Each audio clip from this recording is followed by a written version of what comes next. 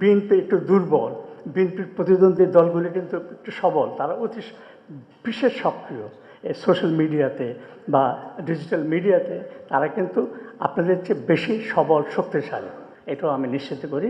সেটাও বলবো যে নানা রকম সমালোচনা, তর্ক বিতর্কের মধ্যেও বিএনপির নেতৃত্বের মধ্যে ধৈর্য ছিল, তাদের সহ্য শক্তি ছিল, এবং তারা আমাদের প্রথম আলো পত্রিকার সমালোচনাগুলো তারা মেনে নিয়েছিলেন। সংশোধন করতে পেরেছিলেন কিনা, হয়েছিল না, সেটা অনেক লম্বা আলোচনার বিষয়। তো যেটা আমরা আশা করি, যেটা অনেকে বলে গেলে, যে আমরাও আগামীতে ভবিষ্যতে যদি বিএনপি বিজয়ী ক্ষমতায় আসে, আমার ব্যক্তিগত অভিজ্ঞতা থেকে আমি এটা বলবো যে বিএনপির কাছ থেকে আমরা আরও অধিকতর সহ্য শক্তি, আরও অধিকতরভাবে সমালোচনা সহ্য করা, গ্রহণ করা, মেনে নেওয়া মানে শোনা, বাকিটা তো নেতৃত্বের দলের সরকারের উপর নির্ভর করবে, তারা কতটুকু মানবেন না করবেন। তবে শুনবেন, জানবেন, এটা আমি নিশ্চিত আশা করি। কারণ এখনও আমাদের বিএনপি নেতৃত্বের মধ্যে যারা আছেন, মির্জা ফখরুল, সালাউদ্দিন আহমেদ এবং অন্যান্য অনেকেই, তাদের সাথে এখন আমাদের যেরকম সৌহার্দ্যপূর্ণ সম্পর্ক, বন্ধুত্বপূর্ণ সম্পর্ক, এটা অব্যাহত থাকবে আমি মনে করি। তবে আগামী দিনগুলো অনেক কঠিন। আগামী যে সরকার আসবেন তাদের জন্য সময়টা হবে আরও কঠিন। আমার মনে হয় বিগত 50 বছরের ইতিহাসের সবচেয়ে একটা কঠিনতম।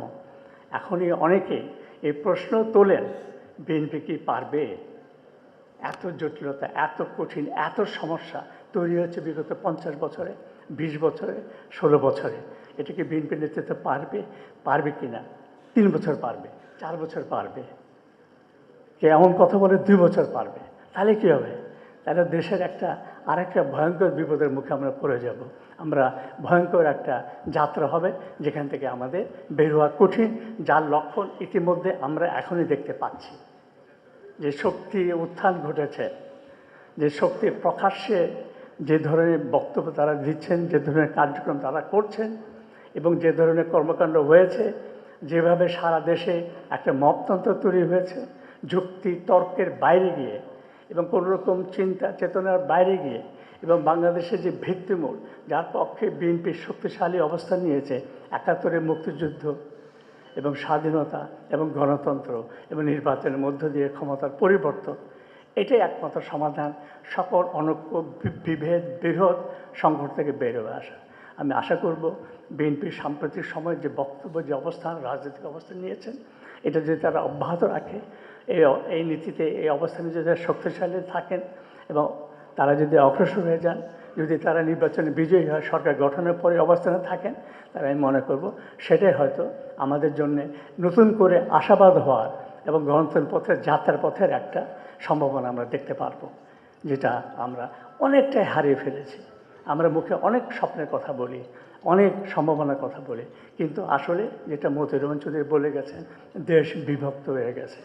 বিগত 50 বছর ধরে, বিগত 16 বছর ধরে স্বৈরতান্ত্রিক আমলে এই বিভক্তিটা আরও বহুভাবে বিভক্ত হয়েছে। এর থেকে বেরোয় আসা একটা কঠিন সময়। সেখানে শুধু সংবাদপত্রের স্বাধীনতা নিশ্চিত করলে সেটা হয়ে যাবে, তেমন তো মোটেই না। এটা যিনি সরকার গঠন করবে, যদি বিএনপি সরকার গঠন করে, যদি তারেক রহমানই প্রধানমন্ত্রী হন, তাহলে কিন্তু একটা জাতীয় ঐক্য সমঝোতার পরিবেশ তৈরি করার বিষয়টা সবচেয়ে গুরুত্বপূর্ণ। এত বিরোধ, এত বিভেদ, এত সংকট নিয়ে কোনো দেশ চলতে পারে না, কোনো সমাজ টিকতে পারে না, কোনো সরকার পরিচালনা করা সম্ভব না।